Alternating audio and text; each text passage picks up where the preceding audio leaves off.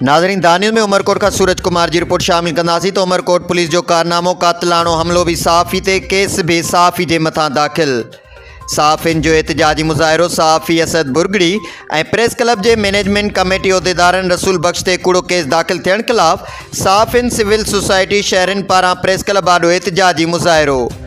एहतजाजी मुज़ाहिरे में सीनियर सहाफ़ी रेहान शब्बीर इलियास थरी, press club सदर गुलाम मोहम्मद कुंबर, दिलीप खत्री, लाला वली खान समेत ॿियनि सहाफ़िन हथनि में प्ले कार्ड खणी एहतजाजी मुज़ाहिरो करे सख़्त नारेबाज़ी कई।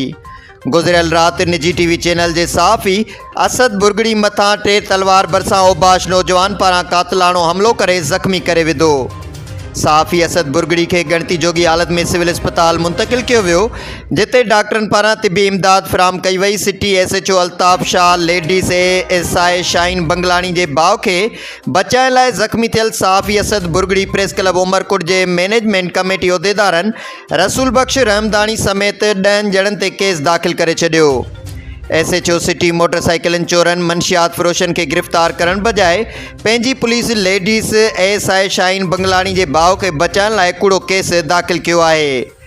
सहाफ़िन जो चवणु आहे त असीं IG सिंध ऐं सिंध जे वॾे वज़ीर सैयद मुराद अली शाह, वज़ीर तालीम सैयद सरदार अली शाह, DIG मीरपुर ख़ास ऐं SSP उमरकोट खां मुतालबो कयूं था त मामले जी जांच करे सहाफ़ी ते थियल कातिलाणे हमले जा जवाबदार गिरफ़्तार करे ऐं असांखे इंसाफ़ फ़राहम कयो वञे